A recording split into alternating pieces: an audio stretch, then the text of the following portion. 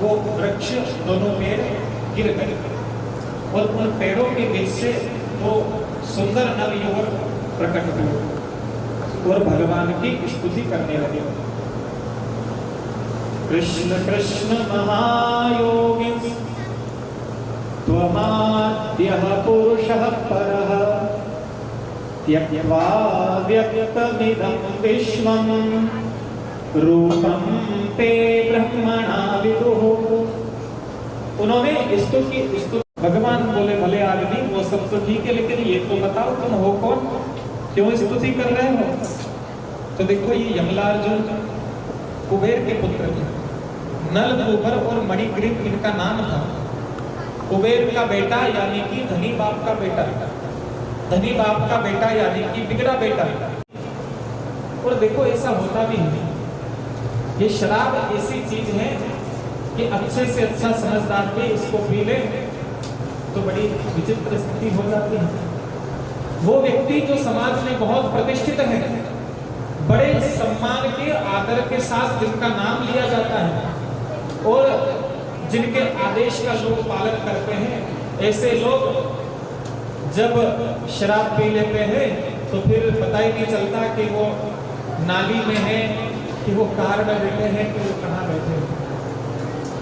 एक व्यक्ति शराब पी ली बहुत सारी और शराब पी करके जब नाली में गिर गया और उसको कुछ ध्यान ही नहीं, पास में कुत्ता आया, कुत्ता मुंह चाटने लग गया, तो वो आदमी कुत्ते के सिर पे हाथ रखा, हाथ फिराते फिराते पूंछ हाथ में आ गई, तो बोलता है पप्पू की मम्मी रोज 2 चोटी करके आती हो, आज 1 ही चोटी करके आई। बोलो जय श्री कृष्ण।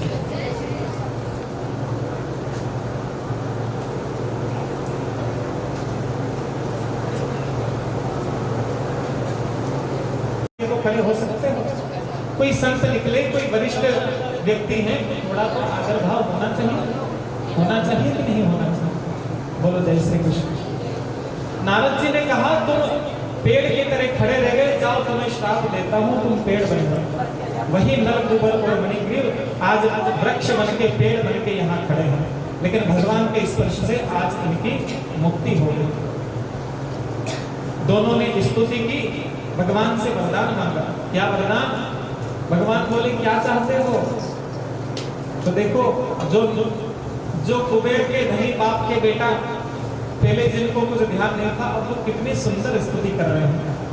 देवाणी गुणानुकथने श्रवणौ कथाया हस्तौ च कर्मसु मनस्तव पादयोर्नः स्मृत्यां शिरस्तव निवास जगत् प्रणामे दृष्टिः सतां दर्शनेस्तु भवत्तनूना। महाराज जी बोलो कृष्ण कन्हैया लाल की जय। कुर्सी यहाँ लगवाइए।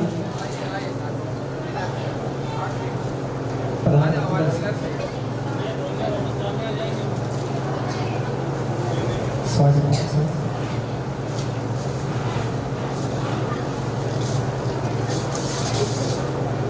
आपका शुभ नाम है? आप विद्याधाम गुरुकुल करीब 100 के आसपास वहाँ ब्राह्मण बटुक वेदाध्ययन करते हैं, कर्मकांड की शिक्षा प्राप्त करते हैं और बहुत अच्छे से उत्तम व्यवस्था के साथ आप उसका संचालन करते हैं।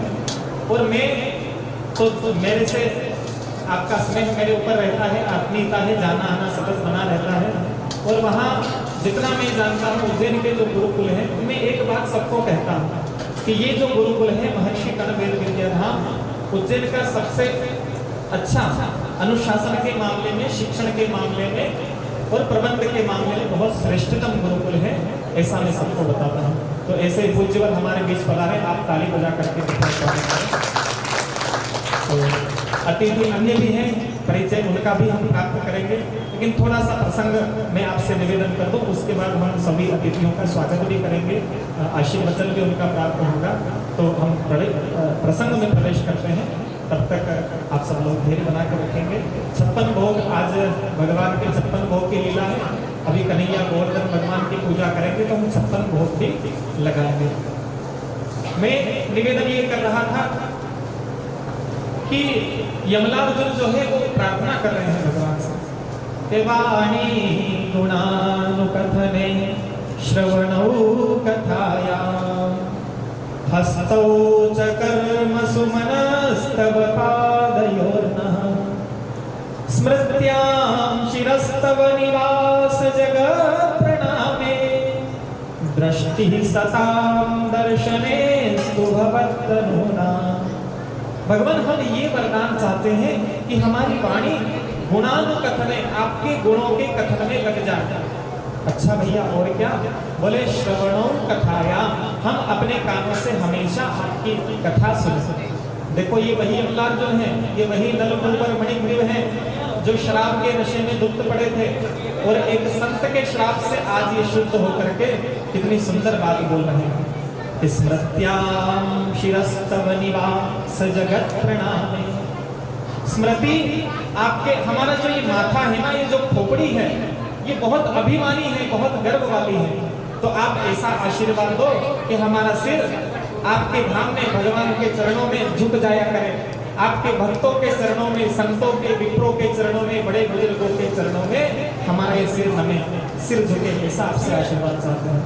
कि दृष्टि सतां दर्शनेस्तु भवत्तनूना, दृष्टि हमेशा सत्य में लगी रहे और हम जहां देखे वहां आपके ही दर्शन हमें हो, ऐसा आशीर्वाद हमें दीजिए। भगवान ने तथास्तु कहा। नलकुबर मणिग्रीव वहां से चले गए। बाद में उनके गिरने की, वृक्षों के गिरने की आवाज बाद में सबको सुनाई दी। नंद बाबा वहां आए, माता यशोदा वहां आई। नंद जी ने यशोदा जी को डांट भी लगाई, देखो तुम बच्चे को ऐसे छोड़ देती हो और ऐसे नहीं छोड़ना चाहिए, ध्यान रखना चाहिए। यशोदा जी ने कहा गलती हो गई, आगे से ध्यान रखो।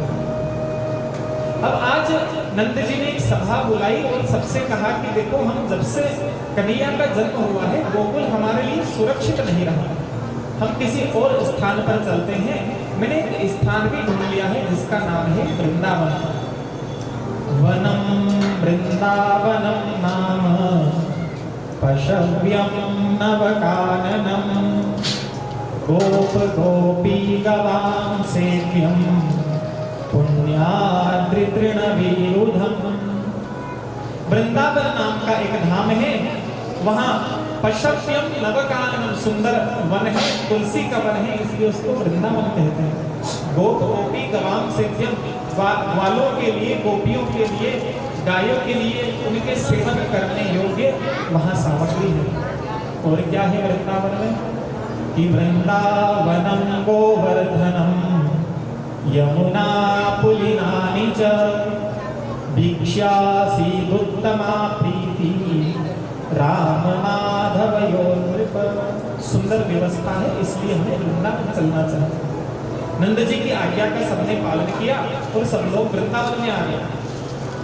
वृंदावन में कन्हैया बछड़े चराने जाते हैं, लेकिन यहाँ एक राक्षस आया, वत्सासुर, बछड़े का रूप बना के आया। भगवान ने उसका उद्धार कर दिया। एक और राक्षस भेजा कंस ने, बकासुर, इसका भी भगवान ने उद्धार कर दिया। और अब जो राक्षस आया ये है अघासुर। अघ कहते हैं पाप को, पाप का जो मूर्तिमान स्वरूप है यही अघासुर है। बछड़ों को, ग्वाल बालों को, सबको इसने निगल लिया। इसके पेट में सारे ग्वाल बाल चले गए। और कन्हैया पहले तो रुदन करने लगे, लेकिन फिर देखा कि मेरे ग्वाल बालों को, मेरे प्रिय मित्रों को इसने कष्ट पहुंचाया, उनको मारना चाहता है। तो कन्हैया भी उसके मुख में गए, अपने शरीर को बड़ा किया, उसके गले में, कंठ में जाकर के भगवान ने अपने शरीर को फुलाया। अघासुर का दम खुल गया और वहीं उसका उद्धार हो गया। बोलो कृष्ण कन्हैया लाल की। यहाँ ब्रह्मा जी को मोह हो गया था, भगवान ने ब्रह्मा जी के मोह का निवारण किया। धेनुकासुर नाम के एक राक्षस का उद्धार किया और आगे कृष्ण की सुंदर झांकी का वर्णन किया है।